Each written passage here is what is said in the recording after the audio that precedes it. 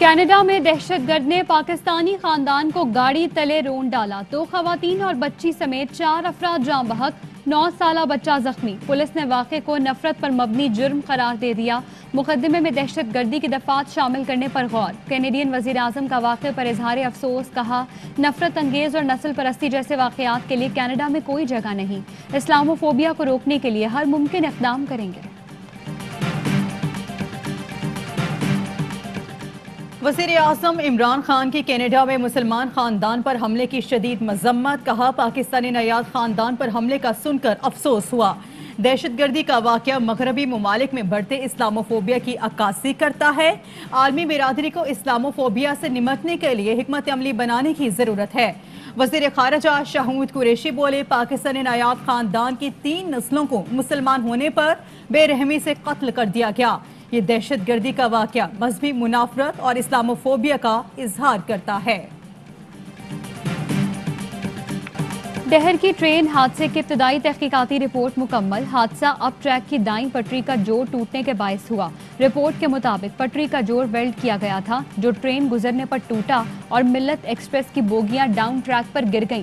Train حادثے میں جاں بحق مسافروں کی تعداد 62 ہو گئی، 100 سے زائد زخمی، 10 کی حالت تشویشناک۔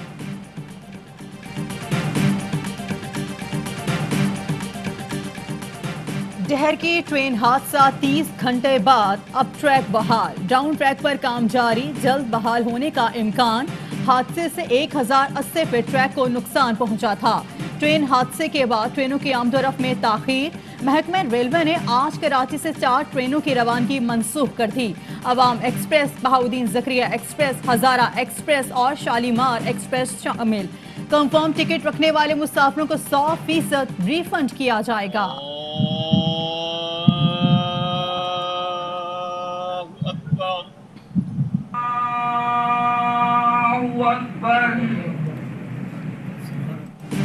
ٹرین حادثے میں جاں بحق مسافروں کی آبائی علاقوں میں تدفین، لواحقین کی آہ و بکا، ہر آنکھ اشکبار۔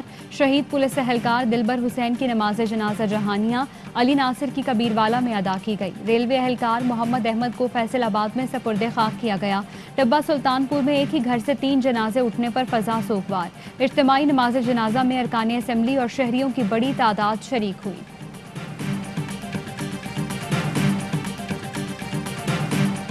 اتنا بڑا ٹرین کا حادثہ ہوا، کوئی ندامت حکومت کی طرف سے نہیں تھی، ٹویٹ سے اظہار افسوس نہیں ہوتا۔ ملک کا وزیر اعظم قومی اسمبلی میں نہیں آیا قوم سے معافی مانگنے، وزراء نے کہا یہ سب اپوزیشن کا کیا جا رہا ہے۔ اس ٹریک پر جہاں پر حادثہ ہوا اس کی مینٹیننس کے پیسے کرپشن کی نظر ہوئے۔ ٹرین حادثہ ہوا مگر حکومت کو کوئی ندامت یا شرمندگی نہیں، سب کچھ اپوزیشن پر ڈال دیا۔ شاہد خاقان عباسی کہتے ہیں وفاق اور پنجاب میں پاکستان کی کرپٹ ترین حکومت ہے۔ ادویات، چینی، گندم، براڈ شیٹ، رنگ روڈ، آٹے میں وزراء پیسے کھا گئے۔ عوام سب جانتے ہیں، عوام ان حکمرانوں کو عبرت کا نشان بنائیں گے۔ ملک کا جی ڈی پی 313 ارب سے کم ہو کر 296 ارب رہ گیا۔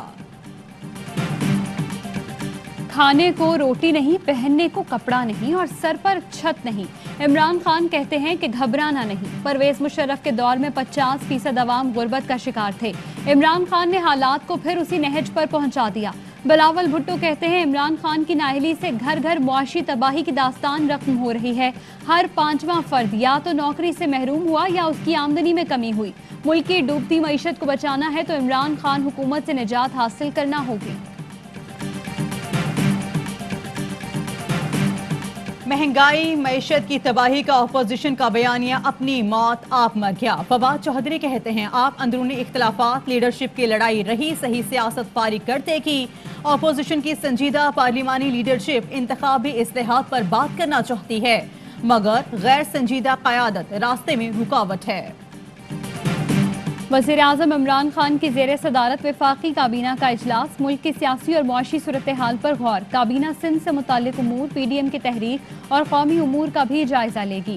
کورونا کی صورتحال، ویکسین کی فراہمی، آئندہ مالی سال کی بجٹ تجاویز سمیت 21 نکاتی ایجنڈے بھی زیر غور۔ پیپلز پارٹی پر مراد سعید کا خوف طاری. قومی اسمبلی میں جوابی تقریر کے دوران جیالے اراکین کا شور شرابہ. اپوزیشن کو مراد سعید سے کیا ڈر ہے؟ تقریر کا دبنگ سٹائل یا پھر پیپلز پارٹی کے کارناموں پر تاک تاک نشانے بازی؟ جیسے ہی مراد سعید تقریر کرنے آتے ہیں، عبدالقادر پٹیل اور آغا رفیع اللہ نازیبہ جملے بازی سے باز نہیں آتے. قومی اسمبلی میں بلاول بھٹو تقریر کر چکے تو مراد سعید کے اٹھتے ہی پیپلز پارٹی اراکین نے شور شرابہ کیا، نامناسب الفاظ بھی استعمال کیے.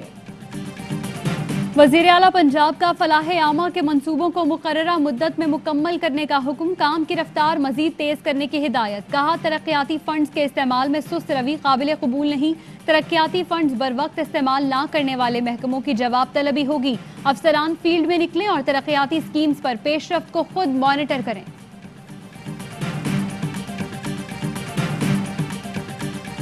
اشتعال انگیز تقریر کے 21 مقدمات. انسداد دہشت گردی کی عدالت نے ایم کیو ایم رہنماؤں کی بریت کی درخواست منظور کر لی. بری ہونے والوں میں فاروق ستار، وسیم اختر، خواجہ اظہار، رؤف صدیقی، سلمان مجاہد اور دیگر شامل. لاہور ہائی کورٹ نے ایف بی آر کو جہانگیر ترین کی شوگر ملز کے حتمی آڈٹ سے روک دیا. جے ڈبلیو شوگر ملز اور وفاقی حکومت کے وکلاء کل دلائل کے لیے طلب. درخواست گزار جہانگیر ترین کے مطابق ایف بی آر کو 5 برس گزرنے کے بعد آڈٹ کا اختیار نہیں. قانونی عرصہ گزر چکا ہے. آڈٹ نوٹس کالعدم اور ایف بی آر کو تادیبی کارروائی سے روکا جائے.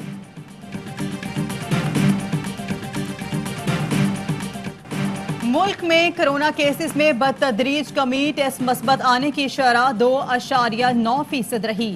1383 کیس رپورٹ اور 53 مریضوں کا انتقال ہوا. صرف ایک دن کا انتظار، پھر ہوگی چھکے چوکوں کی برسات. لگاتار پاکستان کی سب سے بڑی لیگ کے لیے ابوظہبی میں میدان تیار. ٹیمز نے کمر کس لی. 9 سے 24 جون تک بس ہوگا جنون ہی جنون. ٹیبل پر سر فہرست کراچی کنگز ٹائٹل کے دفاع کے لیے پرعزم.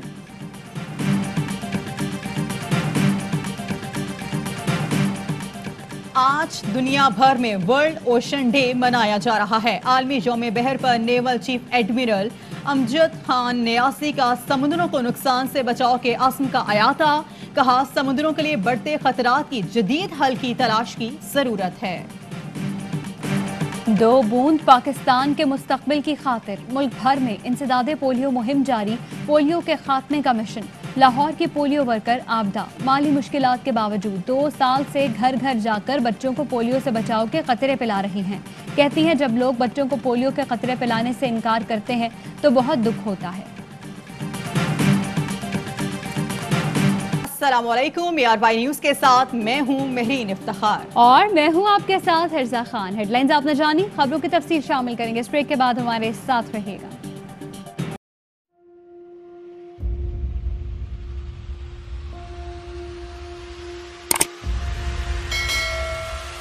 السلام علیکم ناظرین، آپ دیکھ رہے ہیں پروگرام کاشف عباسی کے ساتھ. آج ویلکم بیک ناظرین. السلام علیکم. پروگرام سوالے کے ساتھ میں ہوں